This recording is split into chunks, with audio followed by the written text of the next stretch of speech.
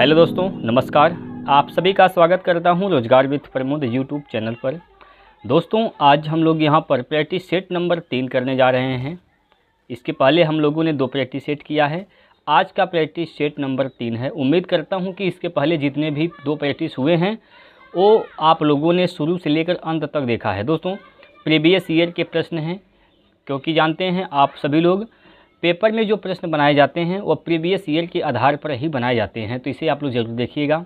हर एक practice set आपके लिए बेहद इम्पॉर्टेंट है। इसमें आपको मिलते हैं टोटल 20 प्रश्न।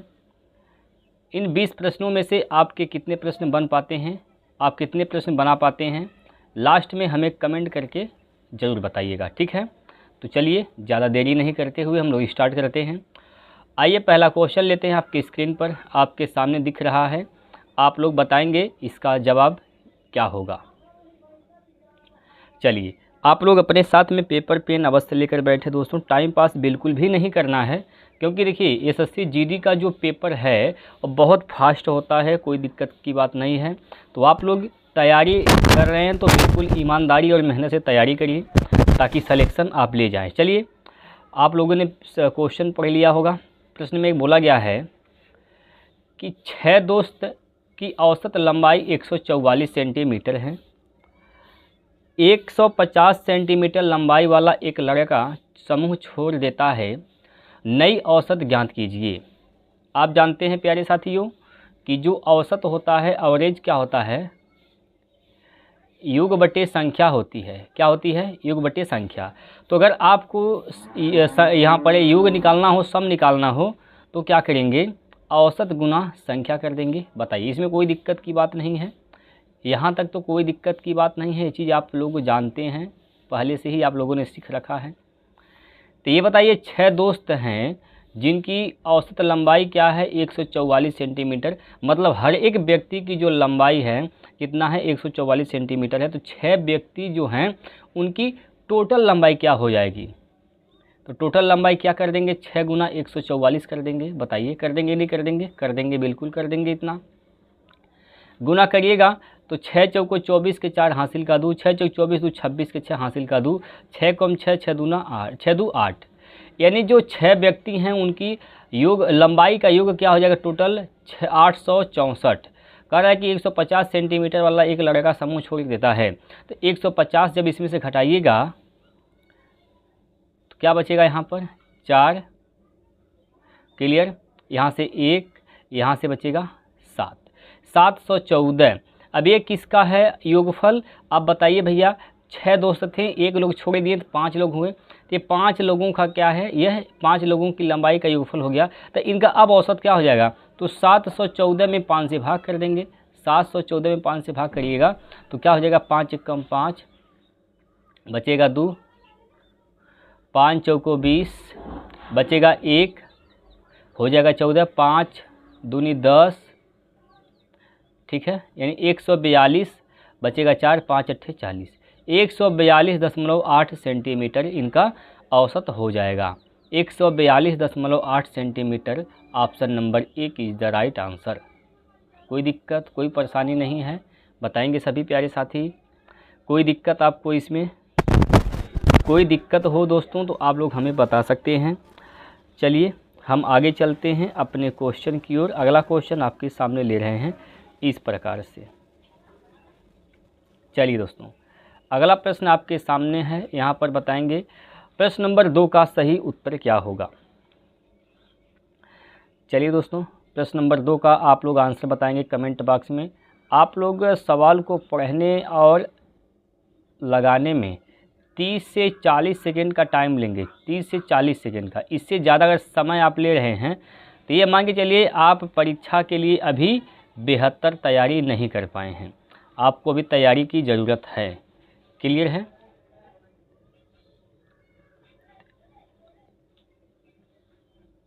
चलिए, तो आप लोग ज़रा फास्ट सवाल को सॉल्व करने का प्रयास करेंगे भैया, है ना। चलिएगा, अगला प्रश्न यहाँ पर दिए रखा है आपके सामने। कहा है कि क्रय मूल्य और विक्रय मूल्य के बीच का अंतर क्या है? तो 264 रुपये हैं।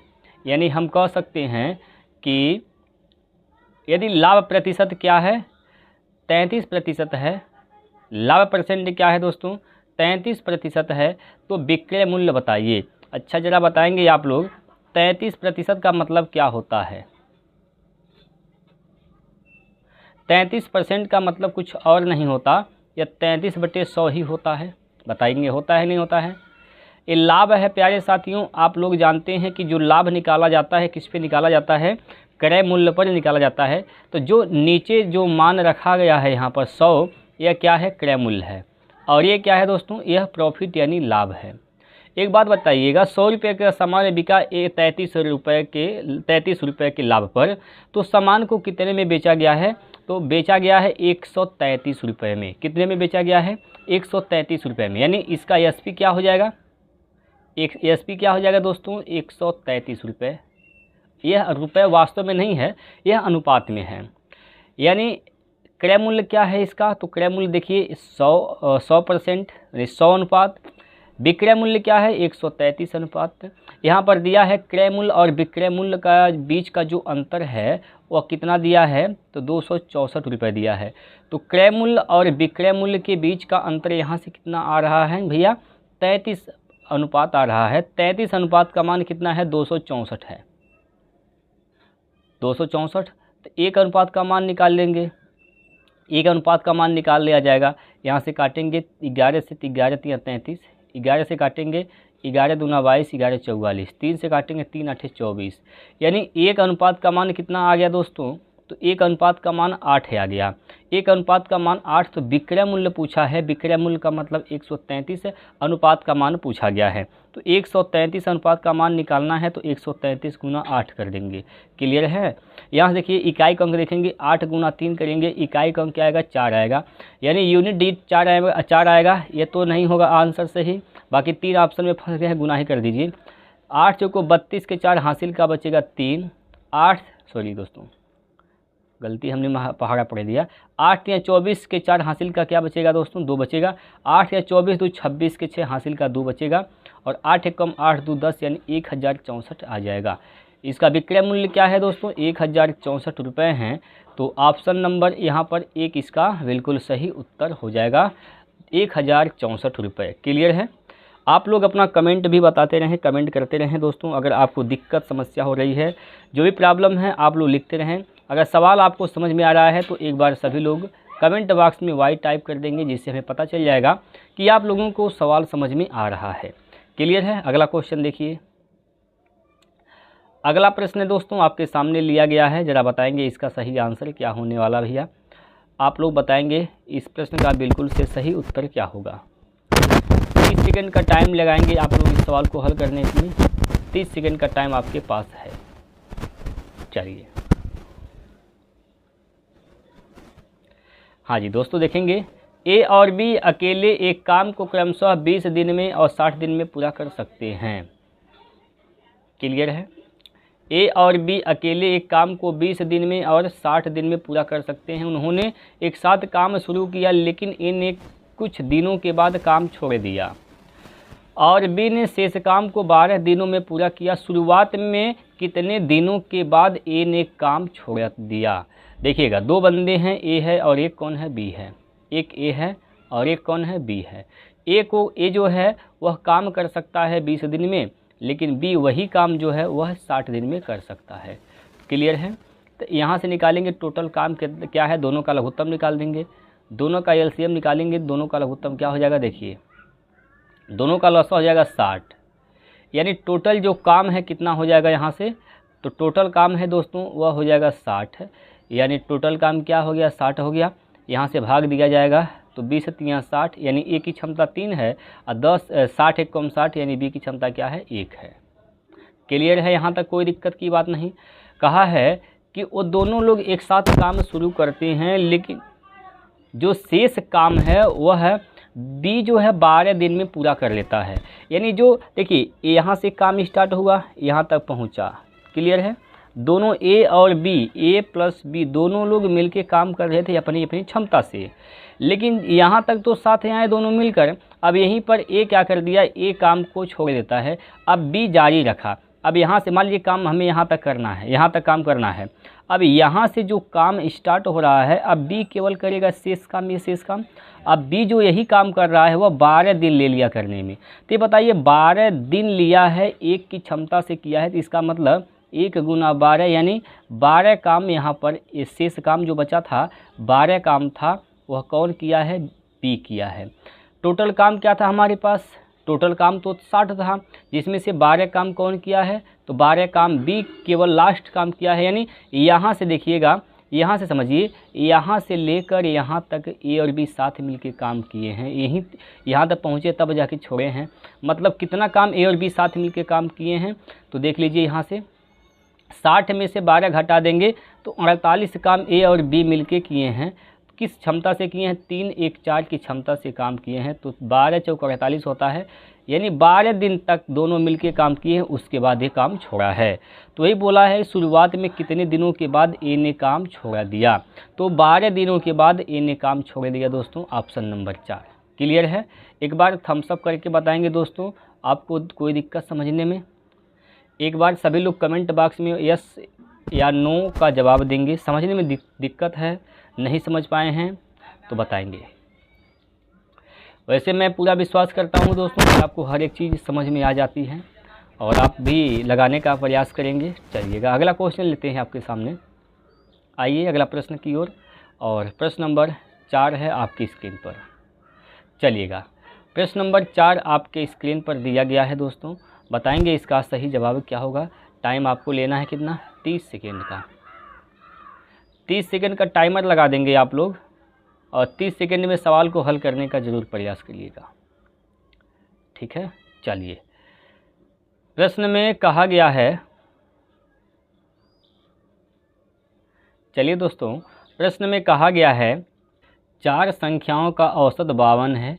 पहली 2 संख्याओं का औसत अन्य 2 संख्याओं के औसत का 3 गुना है, तो पहली 2 संख्याओं का योगफल कितना है। चलिएगा 4 संख्याओं का पहले यहाँ से निकाल लीजिए, सम क्या हो जाएगा, 4 संख्याओं का सम कितना हो जाएगा यहाँ से, तो 208 हो जाएगा। क्लियर है। 4 संख्याओं का सम कितना हो जाएगा, तो 4 संख्याओं का योगफल जो है दोस्तों वह 208 हो जाएगा। यहाँ से कोई दिक्कत की बात नहीं है। कहा कि पहली जो 2 संख्याओं का औसत है वह अन्य 2 संख्याओं के औसत का क्या है, 3 गुना है। पहली जो 2 संख्या है कौन कौन सी हो जाएगी, पहली देखिए संख्या कौन कौन है, तो ए है, संख्या ए है, बी है, सी है, डी है, ये 4 संख्याएं हैं। पहली जो 2 संख्याएं हैं ए और बी, इनका जो औसत दिया है, औसत है वह अन्य 2 संख्याओं के औसत का 3 गुना है। ठीक है। पहली 2 संख्याओं का जो औसत है अन्य 2 संख्याओं के औसत का 3 गुना है। तो पहली यहाँ से क्या करेंगे हम, पहली 2 संख्याओं का औसत अन्य 2 संख्याओं के औसत का 3 गुना है। तो अन्य जो 2 संख्याएं हैं इनका औसत क्या माना जाएगा, यहाँ से यहाँ पर देखिए सी प्लस का डी बटे 2 हो जाएगा। अगर हम इसको यक्स मान ले रहे हैं, इसको और यक्स मानते हैं, तो सी प्लस डी का मान क्या हो जाएगा, सी प्लस डी का मान क्या हो जाएगा, 2 यक्स हो जाएगा। यानी अंतिम जो 2 संख्या है उसका जो योगफल है क्या हो गया, वह है कितना हो गया, 2 यक्स हो गया।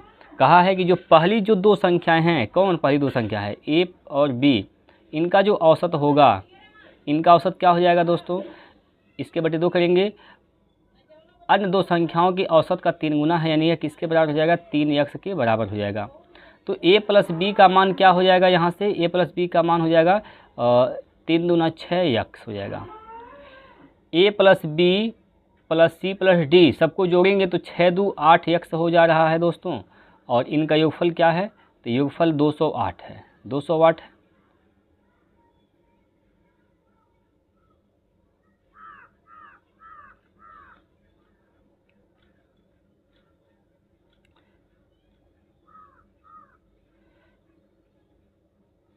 सबको जोड़ेंगे दोस्तों तो क्या हो जा रहा है, यहाँ से तो 8 यक्स हो जा रहा है, और योगफल कितना दिया है, 208 दिया है। क्लियर है, 208। तो यक्स का मान निकालेंगे, 8 से भाग कर देंगे, 8 दूनी 16, 4 बचेगा, 8 छक 48, यानी यक्स का मान 26 आ गया। यक्स का मान कितना आ गया, 26 आ गया।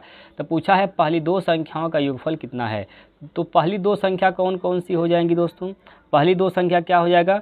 a प्लस बी, इनका योगफल पूछा है तो a प्लस बी, इनका मान क्या है? 6x है, तो 6 गुना 126 कर देंगे, 6 गुना 126 कर देंगे, 6 छवा की 36, हासिल का 3, 6 दूनी 12, 3 15, यानी 156 हो जाएगा।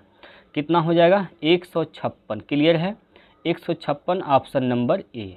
क्लियर है भाई? चलिए अगला प्रश्न की ओर चलते हैं। अगला क्वेश्चन आपके सामने है।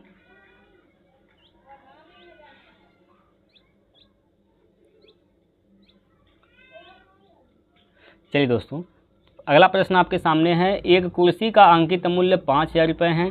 10% और x% की दो क्रमिक छूट देने के बाद कुर्सी को 3150 रुपये में बेचा जाता है, तो x का मान कितना है? चलिए, कुर्सी का जो अंकित मूल्य है वह 5000 रुपये है, ठीक है। 10% एक छूट क्या है? 10%, यानी बिका कितना में? तो 90% पर बेचा गया है, ठीक। एक छूट तो 90% हो जाएगा, ठीक है। और फिर एक छूट x% है, यानी 100 माइनस क्या हो जाएगा दोस्तों? x। कितना में बिका है? 100 माइनस x% पर बेचा गया है, इतना में बिका है। लेकिन बिका कितने में? वास्तव में बेचा गया कितने में? तो 3150 रुपये में बेचा गया है। तो ये बराबर किसके हो जाएगा? ये 3150 के बराबर है। क्लियर है भाई? चलिएगा, यहाँ से देखिए, ऊपर यहाँ पर 4 जीरो है, नीचे भी 4 जीरो है, 0 से 0 ख़त्म हो जाएगा। 5 से काटेंगे तो 5 से काटिए, 5 छक्का 30, 5 3 15 हो जाएगा। 9 से काटेंगे, 9 7 63 70 हो जाएगा। यानी 100 माइनस x बराबर कितना? तो 70। तो x बराबर क्या हो जाएगा? 100 माइनस 70 करेंगे 30 हो जाएगा। 30% x का मान हो जाएगा दोस्तों। कितना परसेंट? 30%। ऑप्शन नंबर 4 इसका सही आंसर हो जाएगा, ठीक है। चलिए अगला प्रश्न देखिए भैया।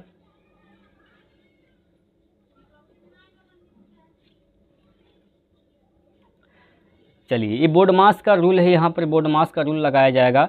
तो सबसे पहले क्या करिएगा? ब्रैकेट तो है नहीं, सबसे पहले भाग देंगे हम लोग। सबसे पहले भाग देंगे तो 14 से भाग दीजिएगा 41 में, ठीक है। 14 से भाग देंगे, यहाँ पर देखिए 41 भागा 14 करेंगे, उसके बाद गुना करते हैं। 14 से काटेंगे, 14 छक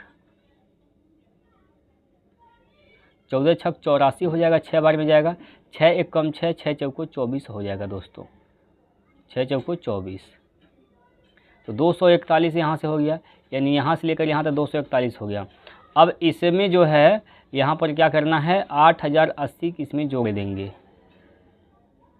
तो 1 हो जाएगा यहाँ से, और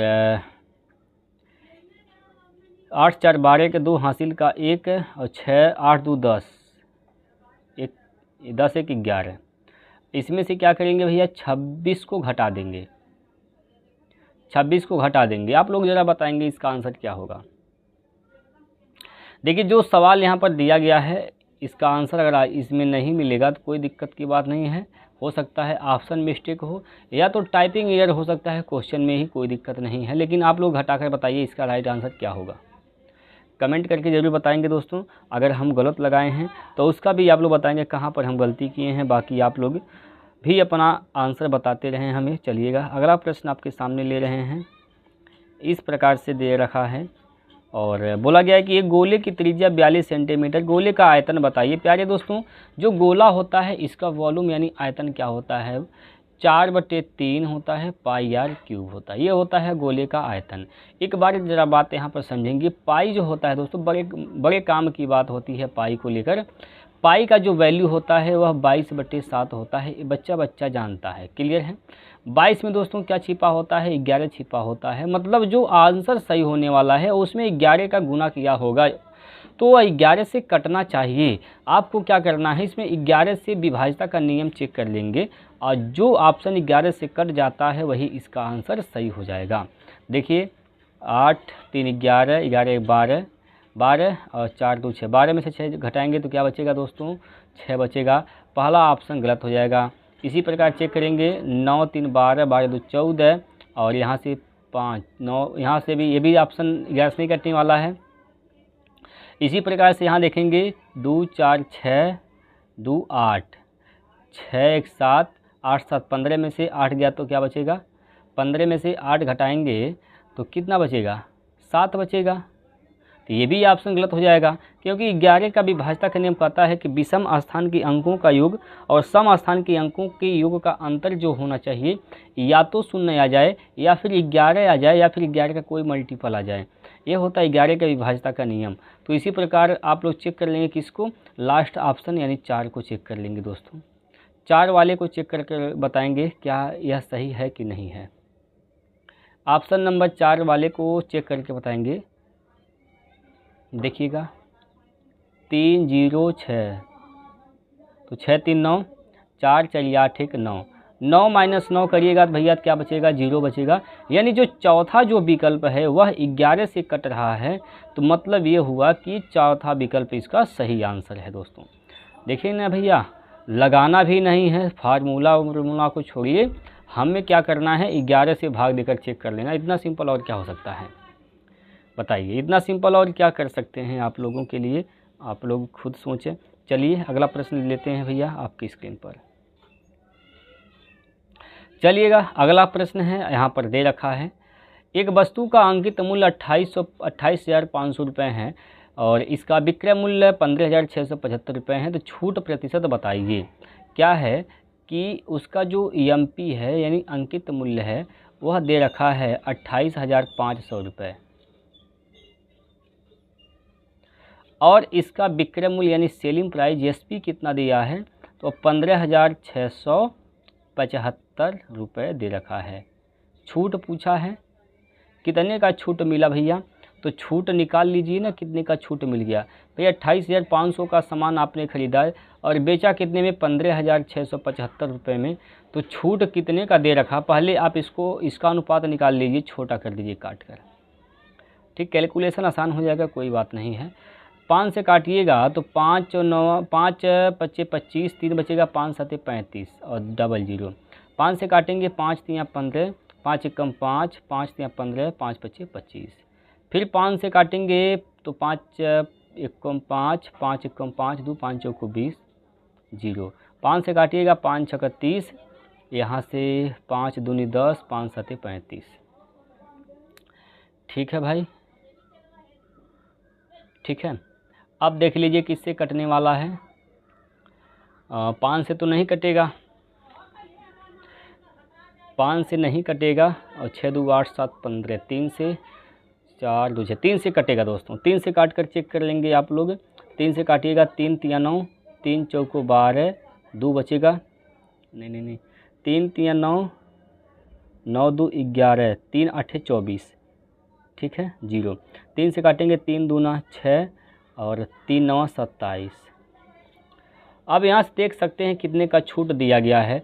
0 में से 9 गया तो 1 बचेगा और यहाँ से सॉरी दोस्तों 0 में से 9 नहीं जाएगा, 1 उधार लिया जाएगा ना इससे, तो 10 में से 9 गया तो 1 बचेगा, 7 में से 0 गया तो 7 बचेगा और यहाँ से 1 बचेगा, ठीक है, बटे 38, 0 गुना 100 कर देंगे।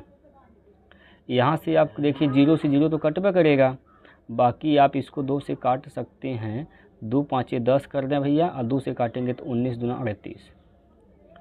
अब देखिए 19 से कितनी बार में कटेगा, तो यहाँ से देखिए 5 से तो गुना करना ही पड़ेगा। 5 से कौन सा कट रहा है ऑप्शन, तो ऑप्शन नंबर 3 कट रहा है 5 से, तो यही इसका सही आंसर हो जाएगा, गुना भी नहीं करना है। बाकी आप देख सकते हैं प्यारे साथियों, 9 बार में देखिए 9 9 81, 9 बार में कटेगा, 9 9 81 हासिल का 8, 9 1 9 8 17। यहाँ से जब काटेंगे ना भैया आप 19 से काटिएगा जब 171 को, तो 9 बार में कटेगा, 9 का गुना 5 में, 9 5 45, ऑप्शन नंबर 3। ये सब कैलकुलेशन है और थोड़ा सा इसमें आप दिमाग भी लगा सकते हैं।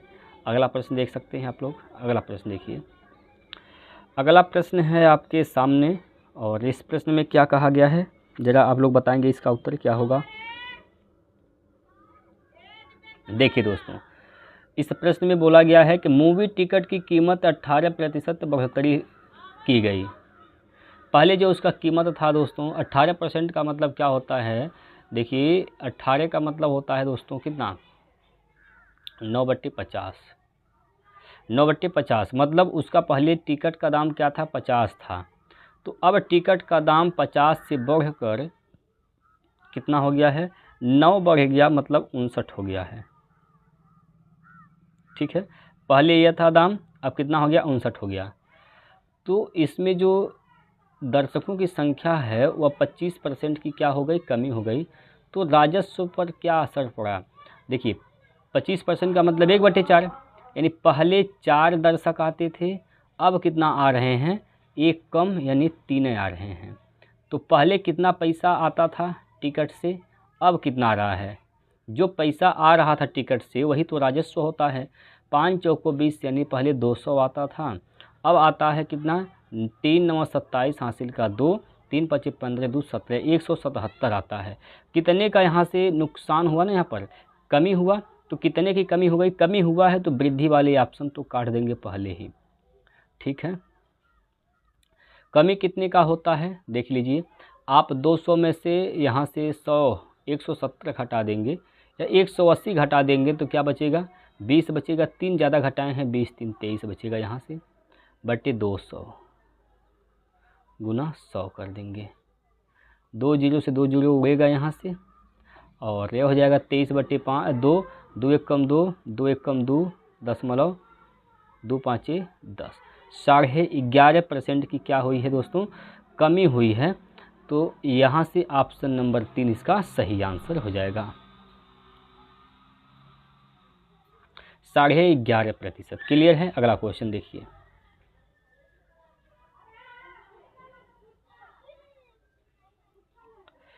पीतल में तांबे और जस्ता का अनुपात 25:12 है। पीतल में तांबा और जस्ता का जो अनुपात है वह 25 क्या है, 25 यहाँ पर 12 दिया गया है। 370 ग्राम पीतल में तांबे की कीमत क्या होगी। पीतल है, टोटल पीतल की वजन क्या है, 370 है। टोटल पीतल की वजन क्या हो जाएगा, यहाँ से देख लीजिए, 5 2 7, यानी 37। 37 का मान क्या है, 370 है। तो एक का मान दोस्तों 10 हो जाएगा, एक का मान 10 हो जाएगा। तो तांबा का पूछा है, तांबा क्या है, 25 है, तो 25 गुना 10 यानी 250। तांबा कितना किलो है, 250 किलो हो गया। ठीक है, अगला प्रश्न,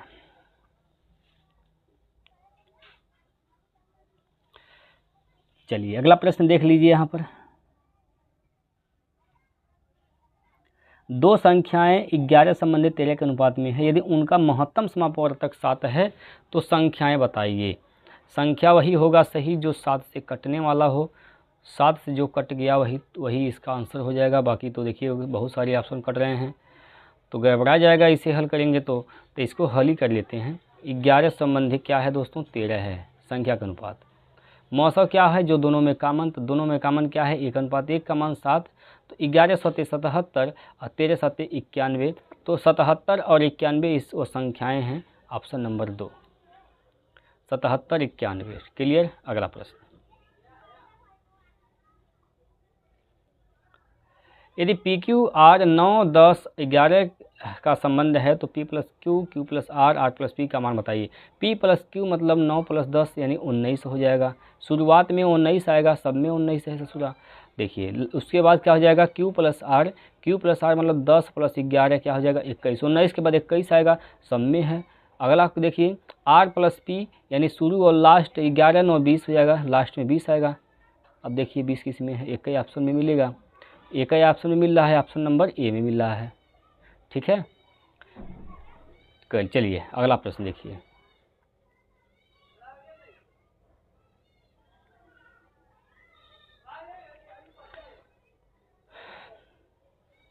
अगला प्रश्न है, यदि एक निश्चित धनराशि साधारण ब्याज पर 8%, 8 वर्ष और 6 महीने में स्वयं की 3 गुनी हो जाती है तो वार्षिक ब्याज की दर बताइए।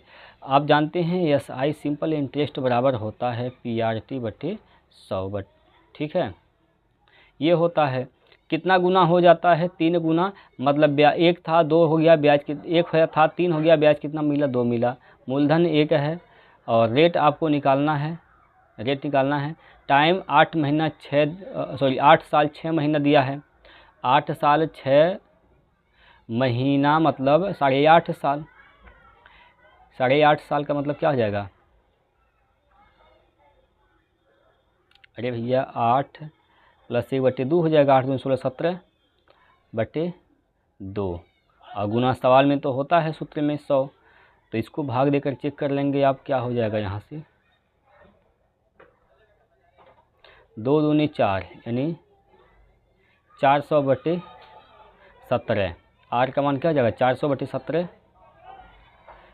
17 से भाग देंगे, 17 दूना 34, 34 6 बचेगा, हो जाएगा क्या 60।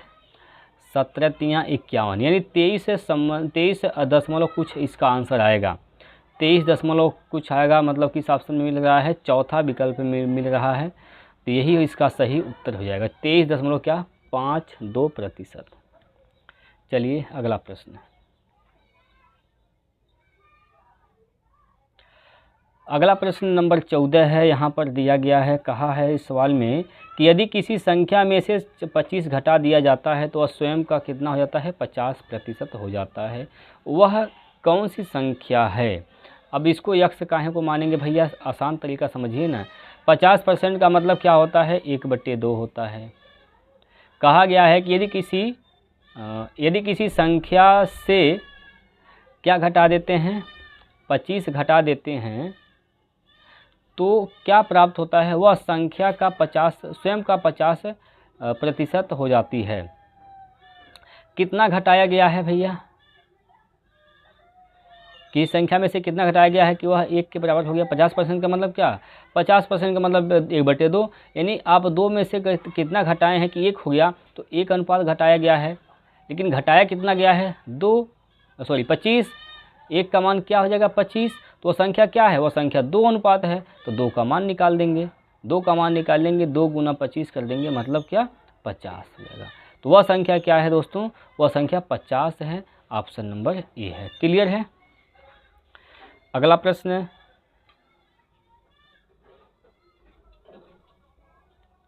चलिए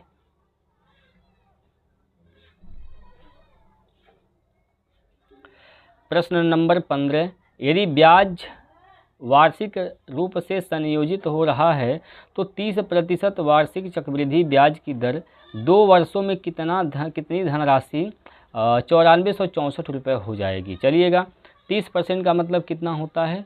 तो 3/10 यानी 10 था 13 हो गया। कितने साल की बात है? 2 वर्ष।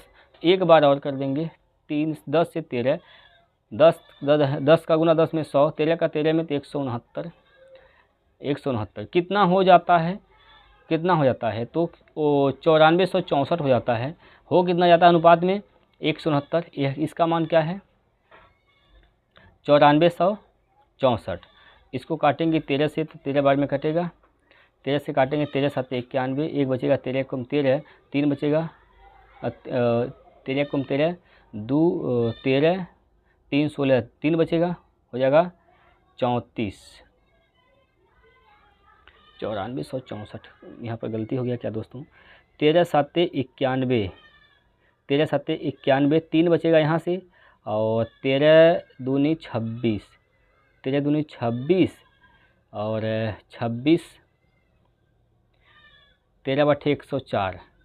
13 से भाग देंगे, 13 6 78 नहीं, 13 पंजे 65, 7 बचेगा, 13 6 78, 13 6 78 यानी 1 अनुपात का मान क्या हो गया? 56। तो 100 अनुपात का मान क्या हो जाएगा? 5600। 5600 यानी option number A. Option number एक इसका सही आंसर हो जाएगा 5600 दोस्तों। क्लियर है?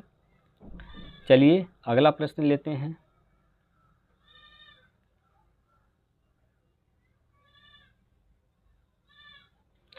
अगला क्वेश्चन आपके सामने है। एक व्यक्ति पहले 11 किलोमीटर की दूरी 60 मिनट में, अगले 22 किलोमीटर की दूरी 30 मिनट में तय करता है। पूरी यात्रा के लिए औसत गति बताइए। औसत गति क्या होती है? कुल दूरी बटे कुल समय। कुल दूरी बटे कुल समय। 11 और 22 क्या हो जाएगा दोस्तों? 33 हो जाएगा, कुल दूरी हो जाएगा। समय 60 मिनट यहाँ और 30 मिनट यहाँ, यानी 1.5 घंटे का समय 3/2 घंटे का समय ले रहा है। तो 33 गुना 2/3 हो जाएगा। 3 से काटेंगे तो 11 बार में कैंसिल, 11 दूना क्या हो जाएगा 22। तो 22 इसका सही आंसर हो जाएगा ऑप्शन नंबर 2, 22 किलोमीटर प्रति घंटा। क्लियर है। चलिए अगला प्रश्न।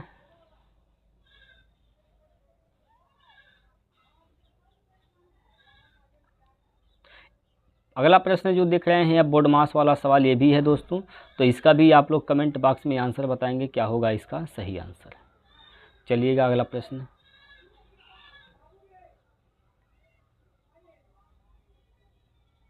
चलिए प्रश्न देखेंगे दोस्तों क्या है, ऊपर बटे में दिया गया है। तो सबसे पहले किसी को हल कर सकते, चाहे ऊपर वाले को हल करें चाहे नीचे वाले, कोई दिक्कत की बात नहीं है। यहाँ से क्या हो जाएगा 16 गुने 9 4 13 और माइनस 13 गुना 14 बटे नीचे क्या हो जाएगा 50 और यहाँ से माइनस का 12 गुनी 24। ऊपर से आप क्या करिए, दोनों में 13 है, 13 कॉमन ले लेंगे अगर, तो क्या बचेगा 16 माइनस का यहाँ से 14 यानी 13 गुना 2 हो जाएगा। 13 गुना 2 नीचे क्या हो जाएगा 25 घटाएंगे तो 25 बचेगा 1 26। 13 दूनी 26 से 26 कटेगा यानी एक बार में कटेगा 1, इसका राइट आंसर हो जाएगा ऑप्शन नंबर ए। ठीक है, यहाँ पर 1 है, ऑप्शन नंबर ए इसका बिल्कुल सही उत्तर हो जाएगा 1। क्लियर है भाई। चलिए अगला प्रश्न नंबर 19 आपके स्क्रीन पर है। भैया समय लीजिए आप लोग 30 सेकेंड का, जल्दी से आप लोग आंसर बताएंगे क्या होगा। 30 सेकेंड का टाइम लगाएंगे आप लोग और आंसर करने का प्रयास करेंगे फटाफट। चलिए, यदि 18 पुरुष किसी काम को 13 दिन में पूरा कर सकते हैं तो 54 पुरुष उसी काम को कितने दिन में पूरा करेंगे। देखिएगा 18 पुरुष हैं, उस काम को 13 दिन में पूरा कर सकते हैं। कह रहा है कि अगर 54 पुरुष को लगा दें हम कामे पर तो कितना दिन में पूरा कर देंगे, कमवा वह है। ई कमवा दोनों का है बराबर, तो काटिए भैया 9 दूनी 18, 9 छक्का 54 और सॉरी 18 से कट जाता है यहाँ पर, 18 3 54 3 बार में कटेगा तो 13 बटे कितना भैया 3, 13 बटे 3 दिन में काम को समाप्त कर देंगे। कितना लोग 54 लोग, 54 लोग 13 बटे 3 दिन का समय लेंगे। क्लियर। चलिए अगला प्रश्न देखिए भाई।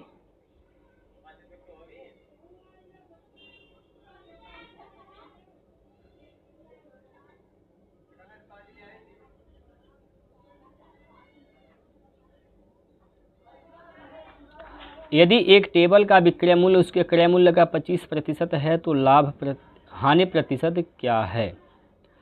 25% का मतलब 1/4। क्या बोला गया है, यदि किसी टेबल का विक्रय मूल्य उसके क्रय मूल्य का क्या है 25% है, यानी क्रय मूल्य क्या है दोस्तों 4 है, तो विक्रय मूल्य क्या हो जाएगा दोस्तों, विक्रय मूल्य यहाँ पर 1 हो जाएगा।